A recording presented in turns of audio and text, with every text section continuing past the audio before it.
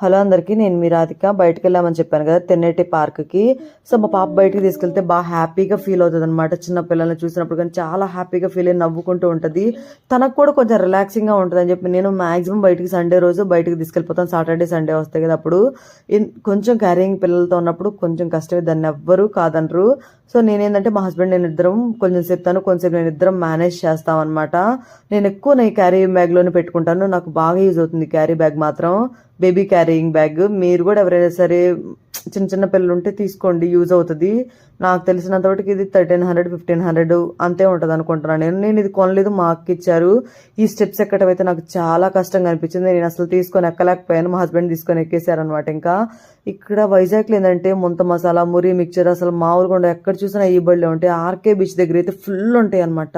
Tenneti park దగ్గర నేను ఎక్కువ పానీపూరి చూసాను, ఎక్కువ ముంత మసాలా ఇవి చూడలేదు. కానీ అసలు ఆర్కే బీచ్ దగ్గర అయితే ఫుల్ ఉంటాయి.